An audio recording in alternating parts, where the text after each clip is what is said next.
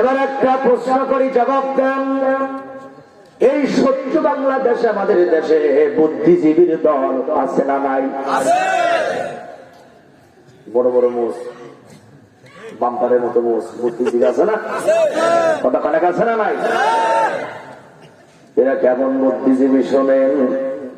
কয়েক মাস আগে ডক্টর জাফরুল্লাহ মারা গেল, তিনিও ছিল বুদ্ধিজীবী। জানাজার আয়োজন করা হলো, জানাজা আয়োজন করা হইল।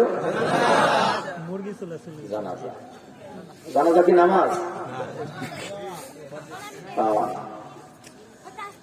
জানাজার আয়োজন করা হলো। জানাজার প্রথম কাতারে সবগুলা বুদ্ধিজীবী। তাকায় দেখলেন একজন মহিলাও জানাজার নামাজে আছে। আপনাদের এদিকে মানুষ বললে মহিলারাও দাঁড়ায় নাকি? কথা কয় না কেন? আচ্ছা, এক এক বুদ্ধিজীবীর এক এক রকম নামাজের কোয়ালিটি। হাত উঁচু করেছে আর নামাই না, এরকম ধরে রাখছে। ও বুঝতেছে না হাত নামাবো না পারবো। আবার কেউ কেউ দেখলাম উঁচু করে নিচু করে, উঁচু করে নিচু করে।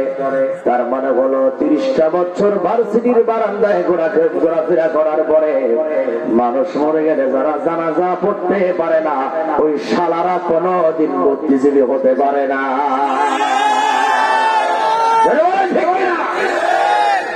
শালা হলো ভদ্র গাই, ভদ্র গাই দিলাম, ওটা ঠিক কিনা? জোরে বলে। এই সেই বাপ ওরে পড়াশোনা করাইলো, বাপের কপালে পুড়ছে, ঠিক কিনা বলেন?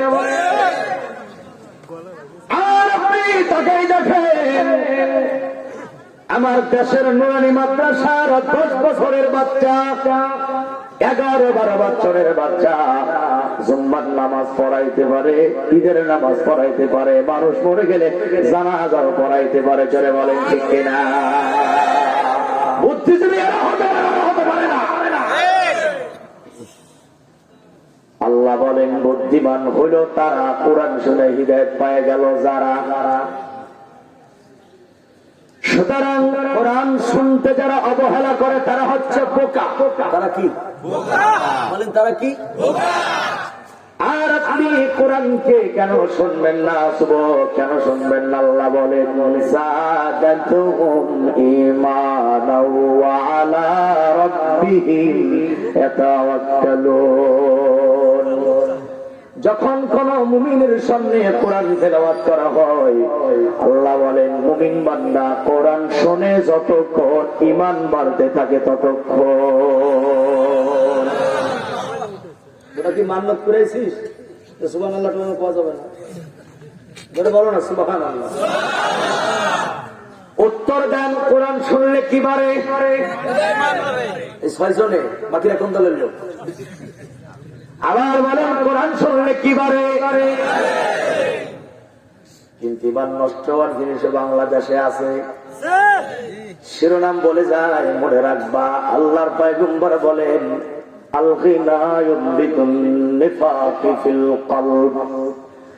নবীজি বলেন যখন নাকি জমিনে বৃষ্টি হয়, বৃষ্টি হওয়ার কারণে আগাছার জন্ম হয়। বৃষ্টি হলে কি জন্ম নেয়? আগাছা জন্মাইতে কিন্তু সার দেওয়া লাগে না, বীজ বপন করে না। বৃষ্টির পানি পড়লেই আগাছার জন্ম হয় কি হয় না?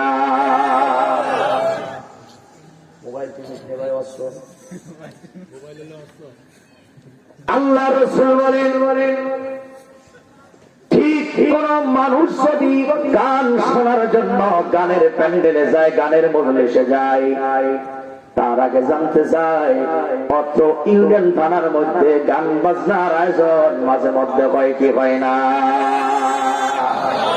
হয় কিনা? এদের ঔষধ পরে। শিরোনামটা মনে রাখবেন। আল্লাহর পয়গম্বর বলেন যখন বৃষ্টি হয় আগাছার জন্ম হয়, ঠিক মানুষ যখন গান শোনার জন্য গানের মজলিসে যায়, গানের আয়োজনে যাই, গান শ্রবণ করে আল্লাহর পয়গম্বর বলেন তেমনি করে তার অন্তরে কলবে কুফরের নাপাক জন্ম নেয়। নাউযুবিল্লাহ। পরে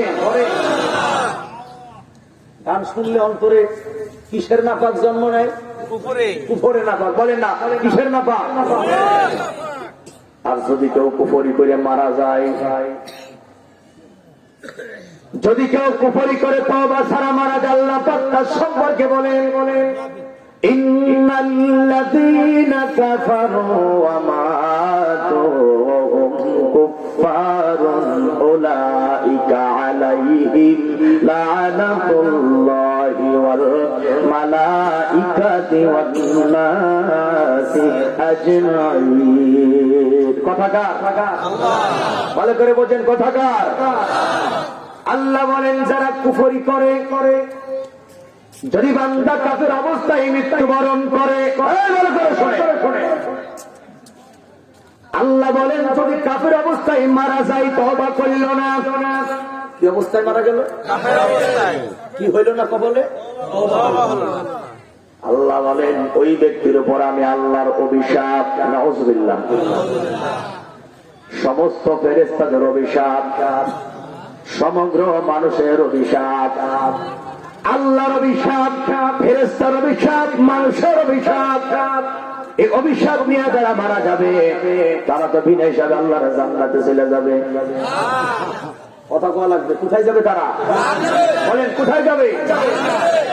উলাইকা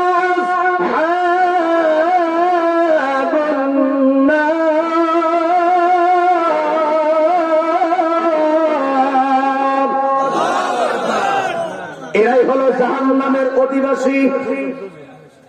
এরা যখন জাহান্নামে যাবে, এই তরুণরা ভালো করে শোনো, এরা যখন জাহান্নামে যাবে হুম ফিহা খালিদুন, চিরটা কাল তারা জাহান্নামে থাকবে। ফতোয়াটা কার?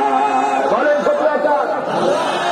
এখন এই গানের ব্যাপারে খুলে ঠাইলে ভেঙ্গে ছুড়ে আরো 30 মিনিট পরে বলবো ইনশাআল্লাহ। বলেন দৌড় মারবেন না, থাকবেন না, চলে যাবেন। চলে গেলে যান, বুঝতে যেতে পারবি না, তোর শোনাবো। হ্যাঁ ভালো করে বোঝেন।